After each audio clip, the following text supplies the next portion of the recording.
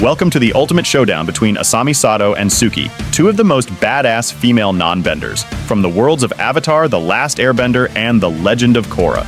Both women are fierce and formidable, but only one can come out on top. Who will it be? Well, we're about to find out. This'll come in handy. At first glance, Asami looks like a regular, pretty rich kid. I gotta admit, I had you pegged wrong. I thought you were kinda prissy. No offense. It's all right. But don't let that fool you. Girl is a trained hand-to-hand combatant, skilled with a variety of weapons, and has a sharp mind for engineering and technology.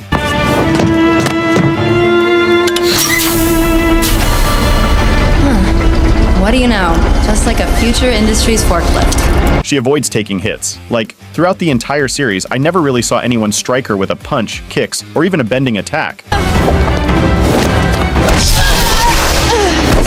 We know that she received self-defense training during her childhood and into her early adulthood, which is a good thing. People usually assume that I'm daddy's helpless little girl, but I can handle myself.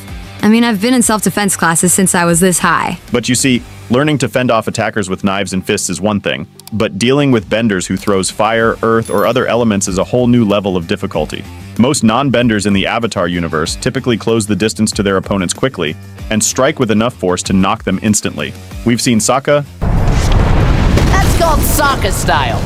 Learn it! Jet and Mei do this severally, but for someone like Asami, getting hit just isn't an option. As a non-bender, Asami has to rely on tactics that are extremely aggressive and carry considerable risk to be effective against benders. Therefore, her fighting style emphasizes agility and quick reflexes rather than brute strength. This also makes Asami one of the most agile fighters in the series, as she gracefully dodges and weaves through attacks like a dancer in motion. I'm telling you, if the show had a pro bending circuit for non-benders, she'd be a superstar. Well, you can't be afraid to mix it up sometimes. She took out some equalists using the Northern Shaolin style. Mind you, these are the same equalists who were giving Korra, Mako, Bolin, Tenzin, and Lin a run for their money. Now let's throw the lieutenant in there too.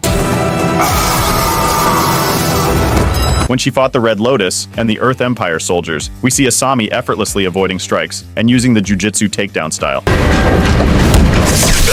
Girl is a gymnast too. I mean, look at the way she flips like an Olympic athlete, making her an elusive target that's exceedingly hard to hit. This is some Black Widow level combat skill, where every move is deliberate and well thought out. Thank you. Unlike many other fighters who rely on improvisation and instinct, Asami plans her strategy ahead of time, giving her a significant edge in combat situations. This'll come in handy. These just shows Asami's fearless approach to fighting. Once she gets close enough to use her Electro Glove, the fight is essentially over. It's a combination of speed, agility, high-risk strategy, but also high reward. And it's a testament to her skill that she can execute it so effectively, which makes her such a formidable opponent, even against some of the most dangerous benders in the series. You think this'll do? Now let's move on to Suki, the leader of the Kyoshi Warriors. A girl with a low tolerance for nonsense and a spirit as fierce as Kyoshi herself.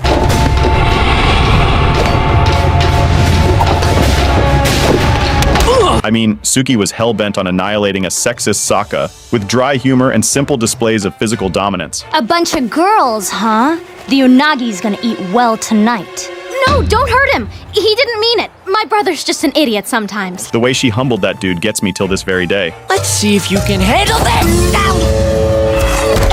Suki's skill in combat are exceptional. She was able to develop and master her own style of fighting, using Avatar Kyoshi as her inspiration.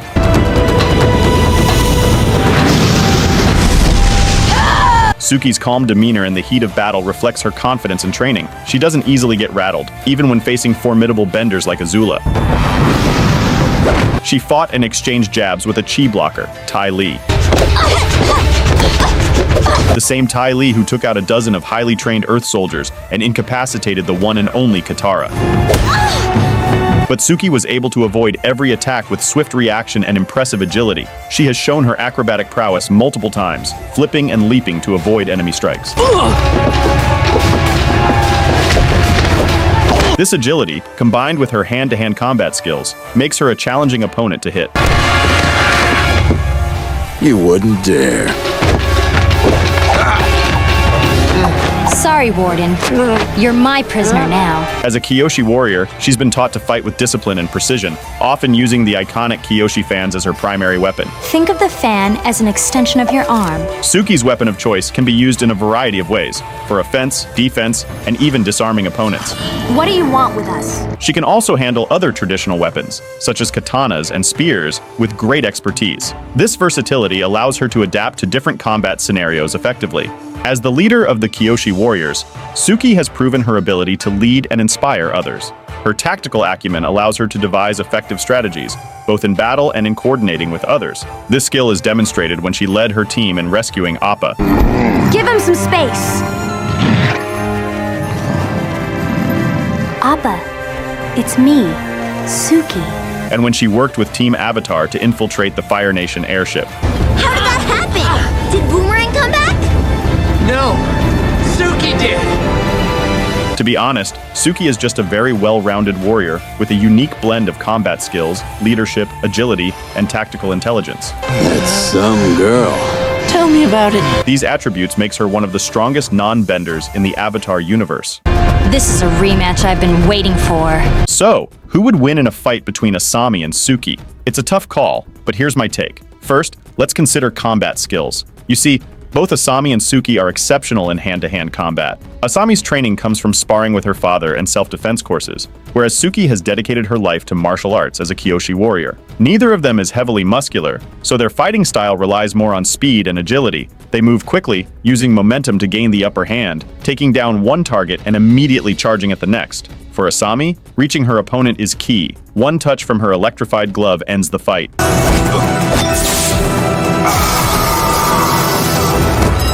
I know she can fight without it, but seeing her use it most of the time makes me wonder how much of a crutch it might be. Despite being a formidable fighter, Asami has refined her skills in a world where non-benders often face an uphill battle. To succeed, she has to outthink benders, and she's shown she can do that. Most fighters in the Avatar universe tend to confront each other head-on or circle around, rarely retreating unless they're airbenders. The best way to handle someone like Asami might be to back away and attack from a distance, but only few do that. Most fighters underestimate her because she's a non-bender, expecting a straightforward fight. But when she charges in, their usual strategies fail, and they struggle to keep up with her rapid movements. Now, I don't think Asami would have an easy victory over Suki. She'd have to work for it because Suki's no pushover. Although in the beginning, she was kind of struggling, but later on we actually see how big and strong she's gotten. I mean, she was ready for Ty Lee the second time. This is a rematch I've been waiting for. Her agility is top-notch too, and she has significant physical strength. I mean, look at this. In just few seconds, she ran across the yard on folks' heads, took out some firebenders, scaled a very high building, and took a powerful firebender captive. Damn! You wouldn't dare. But from what I've seen, the Kyoshi warrior's fighting style is somehow Aikido-based, which is a special Japanese fighting style meant to redirect force, to protect the defendant and the attacker from blows, which is why during her fight with Ty Lee, she could keep up so well. Also, we have to remember that Suki comes from an era where war is like the order of the day. The Kyoshi warriors are trained, and train every day to keep the peace. Also, at the end of the series, we learned that she got chi blocking lessons from Ty Lee. Yeah, the girls and I really bonded in prison. And after a few chi blocking lessons, they said I could join their group. But considering the era Asami's from, she'd be more aware of chi blocking than the first Team Avatar was. I'm pretty sure she knows how to handle herself against a chi blocker. However, Suki overreaches. She plays her opponent's game, and she goes on the attack with defense-based movements. She's developed an entirely new technique of fighting unique to her, and for defense, she has adopted the Kyoshi warriors' techniques into something new as well. For Asami to win Suki, she would have to fight her without giving her all, for at least 10 minutes, just to try and find an opening and force her to go on the offensive. But knowing how Suki's strategic thinking allows her to adapt quickly to changing situations, she might be able to outmaneuver Asami's gadgets and technology. If Suki can close the distance, she can disarm or disable Asami's weapons, forcing the fight into a more traditional hand-to-hand scenario, where Suki's skills excel. I'd also like to point out that, in this scene, Suki saved Sokka and Toph with a Fire Nation airship. She must have fought off some Fire Nation soldiers. Let's not forget that every single firebender was enhanced by the comet, although it wasn't shown, but it's safe to assume that's what happened. How did that happen? Did Boomerang come back? No! Suki did! But at the end of the day, Asami's just too good. She's also one of the most tactical and focused non-benders. And she's demonstrated to be very difficult to hit. I mean, she only needs to hit you once. I'd be interested to see her without her glove and having to subdue a target physically. I say she has all the ingredients to fight like Black Widow. Just a theory though, as we've never seen her without her glove. Like, can you imagine if she was a bender? She'd be incredible, especially if she stuck with these tactics. And she'd do it all without messing up her hair.